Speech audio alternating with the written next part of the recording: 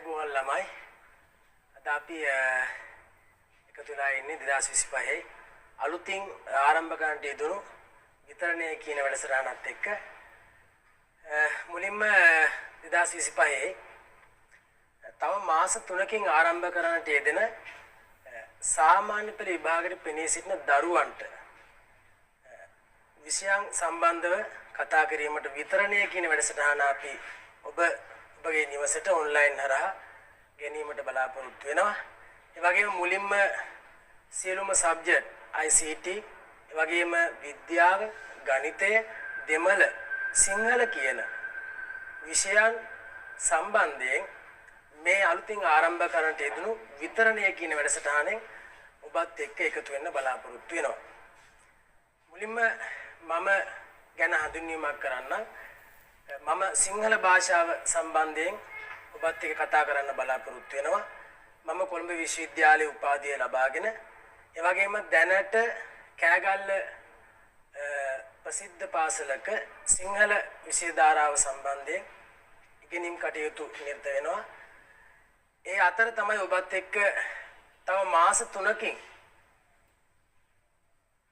බලාපොරොත්තු වෙන ඔබ බලාපොරොත්තු වෙන සිටින සාමාන්‍ය පෙළ විභාගයේ සම්බන්ධව සාකච්ඡා කරන්න අපි අද විශේෂයෙන්ම විතරණය කියන වැඩසටහනත් එක්ක ඔබත් එක්ක එකතු වෙන්න බලාපොරොත්තු වෙනවා.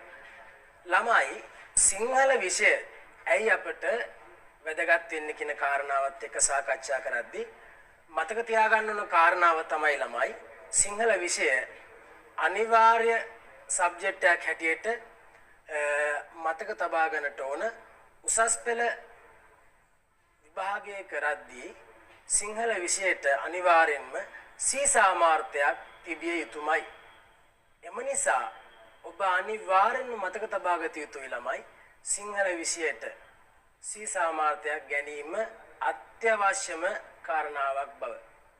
එම නිසා සාමාන්‍ය පෙළ විභාගයට පෙනී සිටීමේදී ඔබට සිංහල භාෂාවත් එක්ක ගැටලු ප්‍රශ්න තියෙනවා. ප්‍රධානම ප්‍රශ්නය තමයි අපි ගාවට ළමයි කතා කරන්නේ විචාරය ලිවීම සම්බන්ධව. එහිදී මුලින්ම කතා කරන විචාර ලිවීමේදී අපහසුතාව ඇති වෙන ළමයි නිතරම අපිත් එක්ක සාකච්ඡා කරනවා. එහෙනම් ඔබටත් විචාර ලිවීමේ ගැටලු ඇති, ප්‍රශ්න ඇති. එම නිසා අද මේ ආරම්භ කරන විතරණ 2025 වැඩසටහනත් එක්ක එකතු වෙලා ඔබට පහසුවෙන් විචාරයක් ලිවීමේ හැකියාව ඇති කර ගැනීමට පුළුවන්.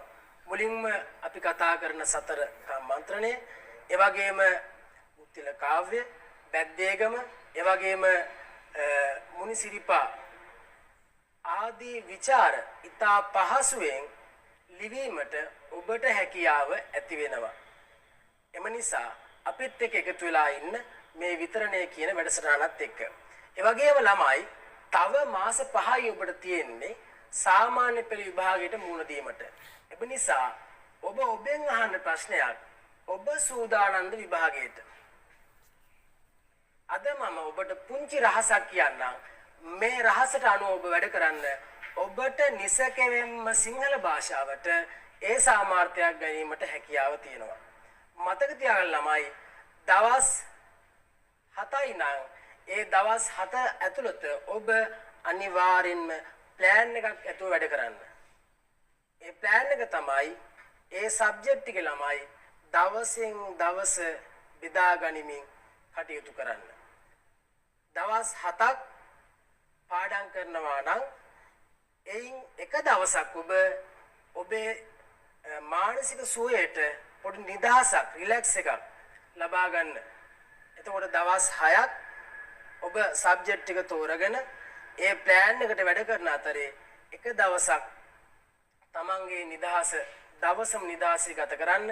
ඒ වගේම අනිත් සබ්ජෙක්ට් වලට සඳුදා, අඟහරුවාදා, බදාදා, බ්‍රහස්පතින්දා, සිකුරාදා කියන මේ දවස් වලට ඔබේ සබ්ජෙක්ට් බෙදාගෙන හොඳින් පාඩම් කරන්න. මේ නිසා නැවතත් අපි කියනවා අපිත් එක්ක එකතු වෙන්න, විශේෂයෙන්ම විතරණය කියන මේ වැඩසටහනත් එක්ක එකතු වෙලා ඔබේ සිංහල භාෂාව සහ සිංහල විෂයට ඒ සාමාර්ථයක් ගන්න අපිත් එක්ක එකතු වෙන්න. ඔබ ඔබේ උත්සාහය අත්හැරියොත් ඔබ පරාදයි.